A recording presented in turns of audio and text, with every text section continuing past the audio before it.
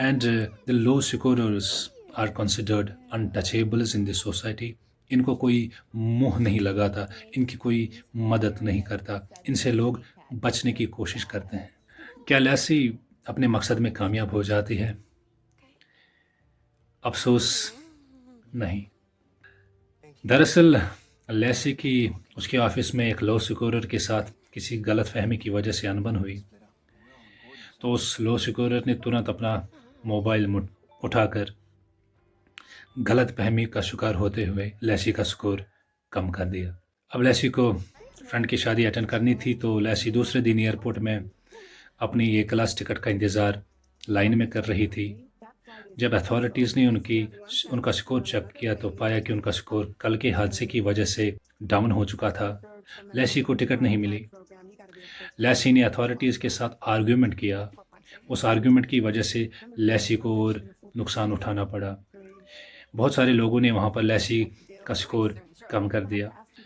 اس کا غصہ جائز تھا، اسے شادی میں پہنچنا ضروری تھا، لیکن آرگیومنٹ کی وجہ سے اور غصے کے گیسچر کی وجہ سے لوگوں نے اس برتاؤ پر لیسی کے سکور کو کم کر دیا۔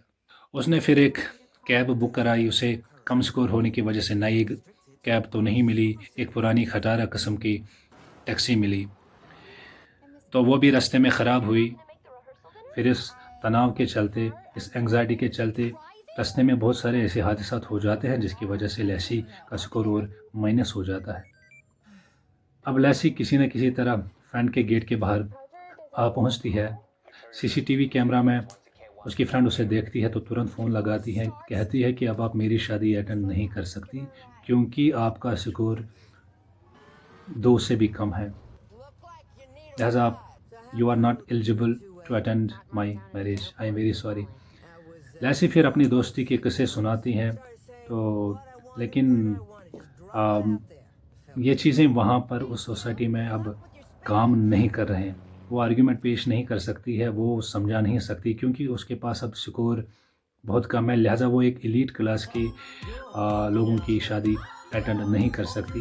لیکن لیسی ضد کرتی ہے تو وہ پچھلے والے گیٹ سے کراس کر کے کود جاتی ہے، وہ کیچڑ سے لت پت ہو جاتی ہے، وہ جبراً شادی اٹینڈ کرتی ہے، وہاں پہ ایک اسپیچ بھی دیتی ہے، لوگوں کو بہت برا لگتا ہے، لوگ موبائل اٹھا کر اس کا سکور 1 سے بھی کم کر دیتے ہیں، اسے پھر جیل ہو جاتی ہے سکور کم ہونے کی وجہ سے۔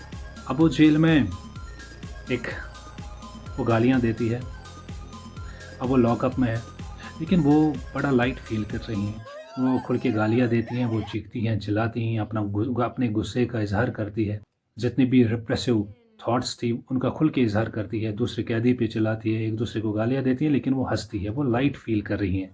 تو اسے فیل ہوتا ہے کہ جب تک وہ آزاد تھی تو وہ سوسائٹی ایک قید کی طرح تھی، اب وہ چونکہ جیل میں ہے تو یہ جیل اس کے لیے آزادی فیل کرا رہا ہے۔ تو یہاں پہ سٹوری ختم ہو جاتی ہے۔ تو سٹوری سے بھی زیادہ جو امپورٹنٹ ہے وہ ہے اس کہانی کا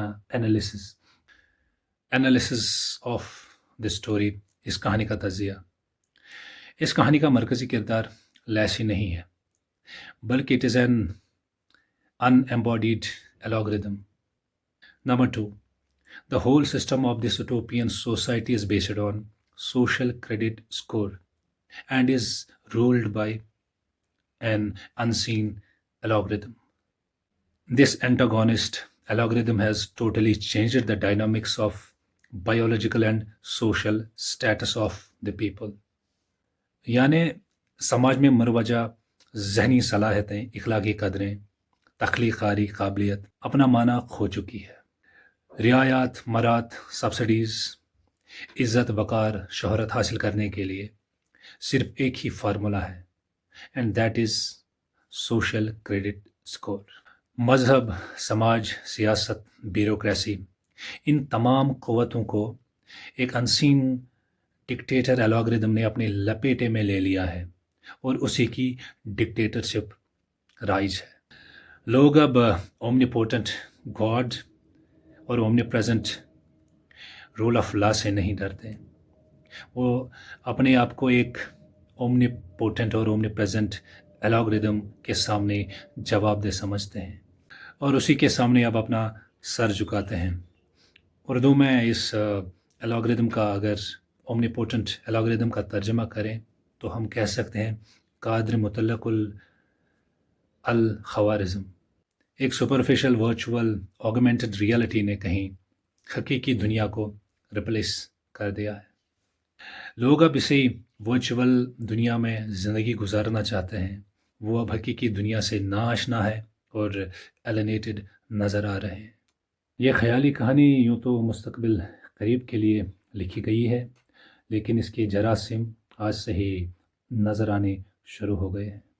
آگمنٹڈ ریئلٹی کے اس بڑھتے رجحان سے لوگ اپنی اصل فطرت، تصور، تخیل، ذہنی صلاحیت، اخلاقیات اور انسان دوستی کے جذبات سے محروم نظر آ رہے ہیں.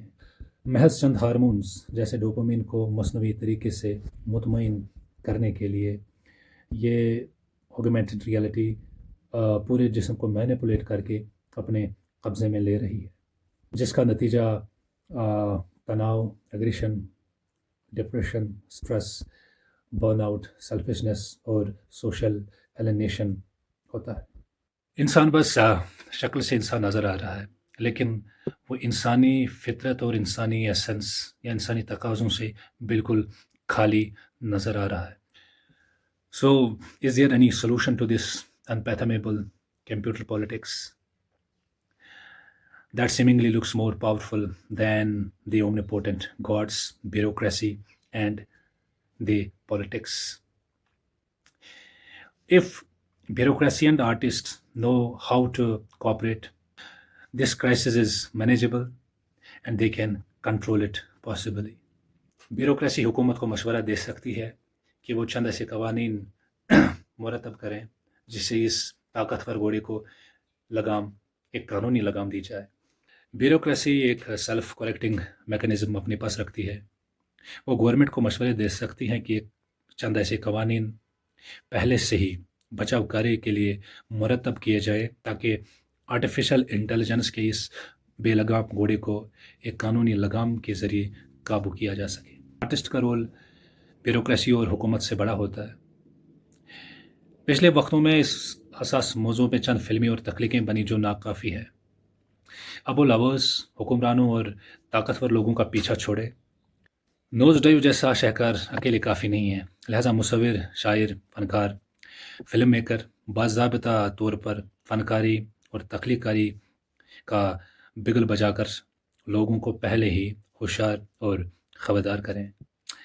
Precautions are always better than pills. Thank you.